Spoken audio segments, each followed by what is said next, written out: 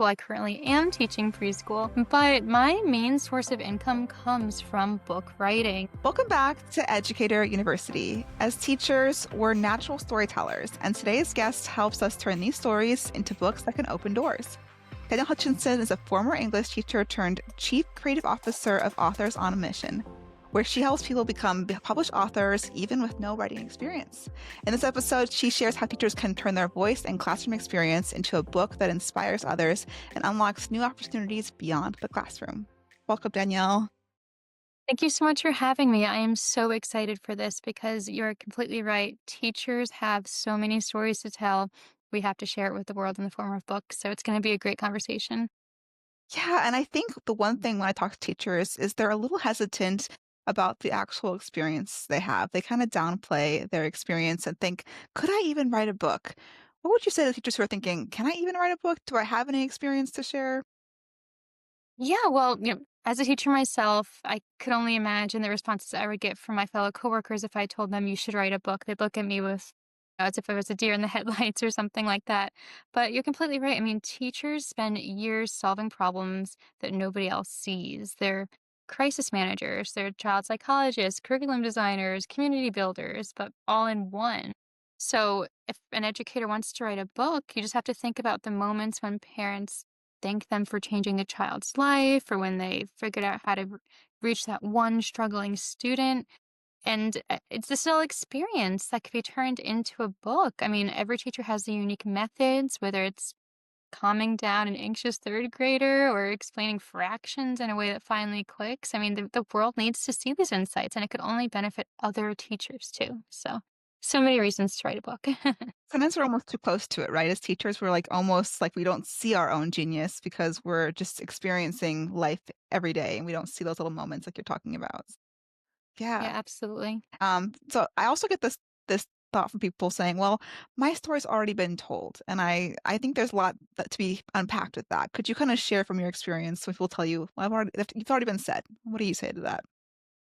Yeah, I work with many different clients, and it's not just teachers who say this. Everybody says it. I'm nothing different. I'm just like everybody else. And teachers too, they see it all the time. It's sometimes you feel like a cookie cutter, but you're not. Your classroom is unique. It's different than any other classroom on the planet, really.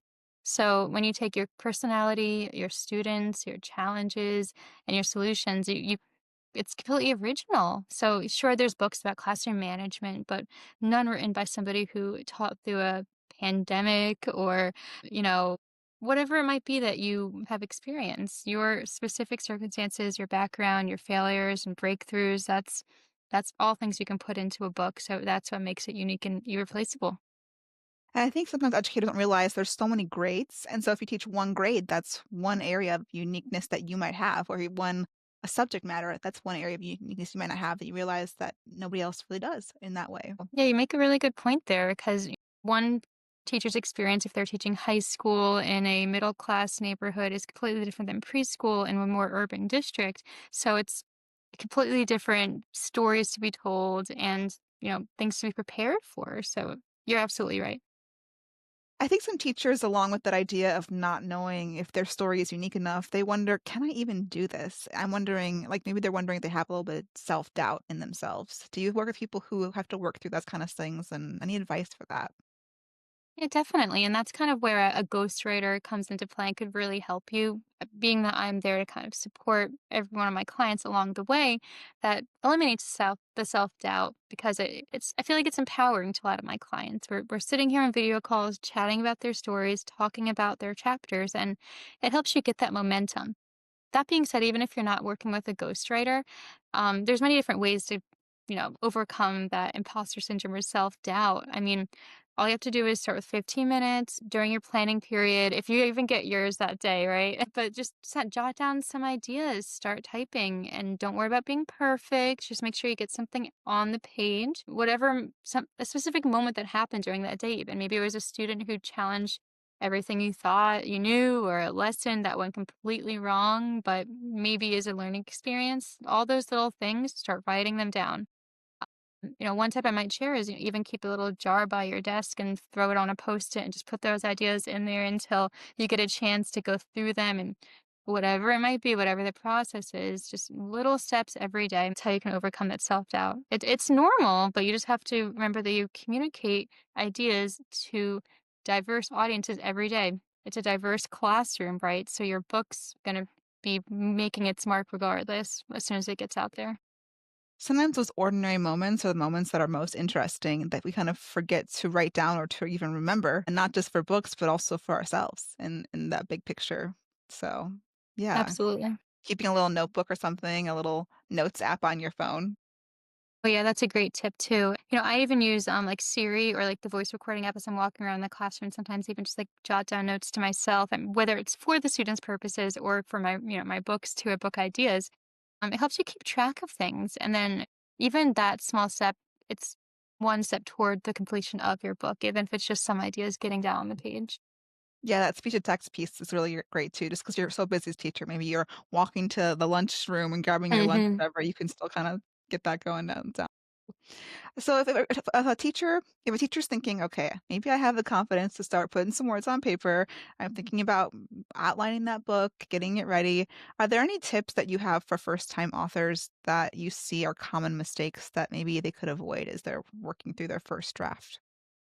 Well, I'd say you don't want to cover everything that you think you know in one book. We talked a lot about idea generation just now, and putting all those ideas down on a notes app or filling up a jar of post-its, but don't choose everything and try to squeeze it into one book. I'd say just focus on one specific problem that you know how to solve well and focus entirely on that.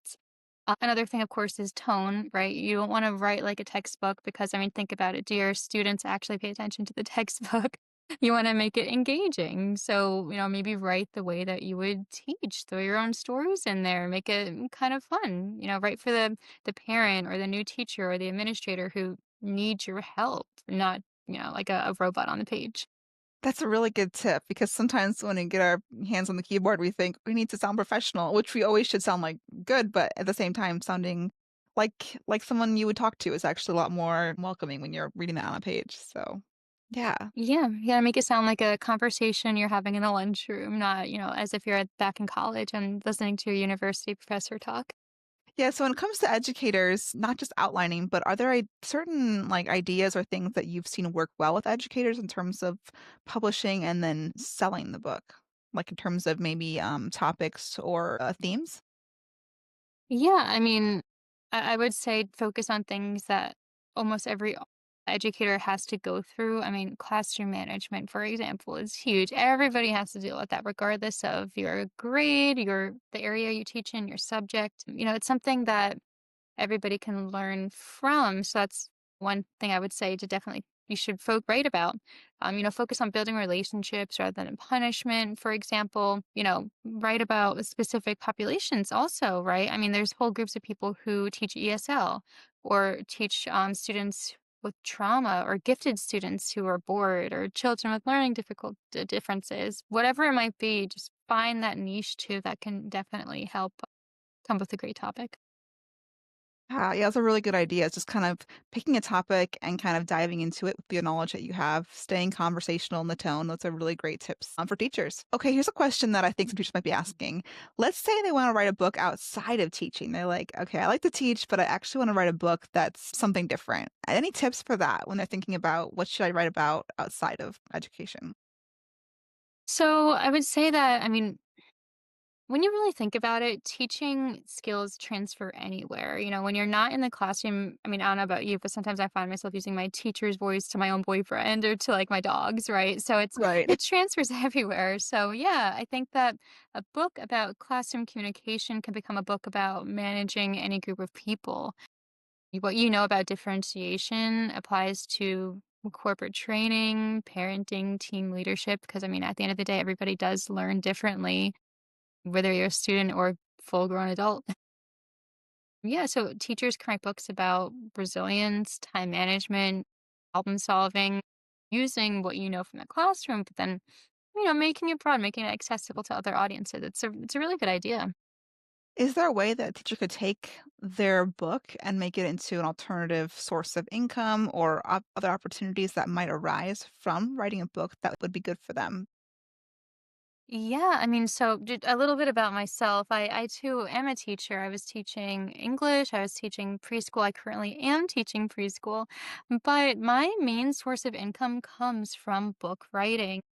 Started off just freelancing, and I was just ghostwriting books for clients, editing books for clients, and then I became the chief creative officer of a publishing company just based on my success. So there's a lot of time management involved, but hey, as we talked about, time management's important as a teacher. I'm very organized. You plan out, how you're going to plan your lesson the same way you plan out how you manage all these projects. So, using myself as an example, I can certainly see other teachers writing their books and using that as more income. And it doesn't just come from the book itself. So, say you're a teacher and you write your book, you don't just have to have it sit on the shelf. You can use the content of the book in individual chapters or perhaps even paragraphs and repurpose that for social media content, for speaking opportunities. I mean, who's to say that a teacher can't hop on a TED Talk, right? And then there you go, more opportunities. And I don't know about you, but I'd want to be the one walking into the lunchroom saying, "Hey guys, what'd you do this weekend? I was on a TED Talk," right? So yeah, you could definitely use that to branch your income for sure. Just teaching, oh, sorry, you built your writing career while you were teaching. Is that correct? I am, yeah, and I currently am teaching. So I get up, I go to school, I sing the ABCs with the kiddos, and then I come home and the business attire comes off and the sweats go on, and I sit at my computer and I write until sometimes midnight, no joke, and I love it because I'm so happy doing it. It's my hobby, and it's I make 4 times my teacher's salary doing that. So I just kind of, it's a great balance. It's a lot of fun. So yeah, that's me. Yeah, and I was gonna ask kinda your advice too for writing routines since you are doing what teachers are doing right now. Do you have tips, like you're saying you just come back and you just start writing after in the nighttime, or do you have tips for getting it done? Yeah, so for me, it definitely works to get into the mindset after school. It's just something that works better for me. Decompress from the day, turn off teacher mode, and focus on my writing. But, it might be different for other people. Maybe you wake up 30 minutes early and, before your brain gets cluttered with the day's demands, you just start writing or get to school early. Use that quiet classroom time, not only for lesson planning, but for writing. And who's to say you can't? I mean, maybe don't tell your administrators this, but you can use your prep time to write too. Why not? Whatever works best for you. And we talked a little bit before about the voice to text, in the middle, walking between classes, or even if you have like recess duty or lunch duty, who knows, right? Just as long as you're still focusing on your main job of watching the children and making sure they get their education, you could also double task and get those ideas out there. That's what I do all the time. Yeah, the ideas are always flowing, right? So just even like a little note of like, I gotta remember that for later and things. So Definitely. yes, yes. Yeah, I didn't realize that you were still teaching. So that's really quite a balance that a lot of kids will, Yeah. will really empathize with. That if you can do it, anybody can do it because you're also Yeah. teaching as well. So I think a lot of teachers I talk to are like, well, I don't have time. And I'm like, well, here's an example. You're doing it, Yeah, right? and yeah, my colleagues, my one of my best friends who, works her cousin's right across the hall from me, we're like neighbor teachers. She always says like, "I don't know how you do it. I could never do that." And I'm just like, it's not that hard. Just, get out there, start doing it. I don't know, maybe it's just because I don't want to go home and just watch Netflix all day. I want to just do something different and expand and grow. And I think for any educator, you don't just have to be a teacher. And of course, nobody's just a teacher. We're doing amazing things every day, changing lives with the kids. But, there's so much more out there. We have a golden opportunity because our day ends at 3 o'clock. We have the rest of the day. And also summers, I mean, not to mention that, all this free time, expand yourself. We have the ticket that other people in industries that work all day and don't get those breaks don't have. So use it to your advantage. Can I ask you, I don't know if you could share, what kind of things do you write about? Do you write about your experience in the classroom then, or is it something different? So on my blog post, I talk about that a little bit. But for the most part, my writing is actually based on what my clients come to me for. So a lot of it has to do with maybe business techniques or, healthcare advances or AI implementation. Some of my most favorite projects, of course, the romance books that come through, or like the fun fiction books. But my content does range from a ton of different stuff. Yeah, I mean, for me, it is really what the client comes up with. I'm here to serve. So you are a ghostwriter, is that what you would call what you do? Yes. Yes, I Okay. am a ghostwriter and an editor and a content creator for our publishing company. And we are here to help anybody who, maybe feels like they don't have that time and they need a little bit of assistance or someone to, kind of give them that little nudge and get back on track and get that book finished. So it's a bunch of stuff. Yeah. Yeah, okay, I'm just clarifying kind of okay, that's what you kinda do is, like, you take someone's Yes. idea and you, like, bring it to life for them. So that yeah, if a teacher doesn't wanna write their own book, they could come and get support from a company like yours or whatever and still get their story out there. So last one of the last things I wanted to ask is, what's one thing you wish teachers knew more about sharing their own story or about writing that we haven't quite talked about yet? Yeah. So, based on our conversation that we've just had, I think the fun thing to think about is that when you're talking to your fellow teachers, whether it be like at the lunchroom or, between duties or even just out of training, whatever it is, most of the time you're chatting about your kids or your day in the classroom, be it complaints or good things, whatever it is, but those are stories. So by telling your story, in a form of a book, you're kind of doing the same thing, but it gives educators the power to succeed, to struggle, to keep going. So, when you're taught, when you are ranting about how you handle a difficult situation that morning with Johnny, it's the same thing as writing it in the book. And you're kind of providing a roadmap for how you face that challenge and giving other teachers that methodology. And, we're natural helpers, but we don't realize how much help we can provide beyond the classroom walls always. So I definitely think that just thinking about that ripple effect is really powerful. And so that's something we should know about the power of sharing your story. Yeah, and I think that, like, what you're just saying, it can be organic in terms of we've talked about that throughout this conversation, is it's not always so, like, forced. It can be something that happened that morning or happened that day that makes you think about it, and you write a little note to yourself, and then you have something to write later, so, yeah, that makes a lot of sense. So I think that makes it more doable too for teachers who are thinking it's not it can be something, like, not a big thing, it's something that's very natural and something they can just accomplish maybe in, like I said, 15 minutes, just write something down. Any final thoughts that we haven't yet covered that you wanted to say to teachers before we move into the questions? Yeah, yeah. I mean, ultimately, just like don't wait until you're retired to write your book. Like I just said, we have the golden chance right here, right now to just get it started. I mean, how cool would it be to say, hey, I'm Miss Hutchinson, and hey, parents, if you're ever interested, here's my book, right? I mean, it's just so cool to think about. But really, your perspective as an active educator, it's valuable. The challenges you're facing today are the ones that other teachers need help with now and tomorrow, but might not be relevant 20 years from now. So that's why you can't wait. So just get to it, open up that Google Doc, jot down some ideas. And, if you really think that you need help balancing that time commitment or coming up with ideas or figuring out which of those stories to share, then go to authorsonmission.com, schedule a consultation, or just reach out to me directly and we'll set you up. We'll help you get on that path. Awesome, and I will link your information below, and I'll definitely ask again at the end where they can find you, to make sure that we know because I wanna make sure that they can access this great information if they're interested. So, before we finish off, I kinda like to do some quick questions. They're just kinda fun, like, light. You can answer in a word or a phrase if you want to. Okay.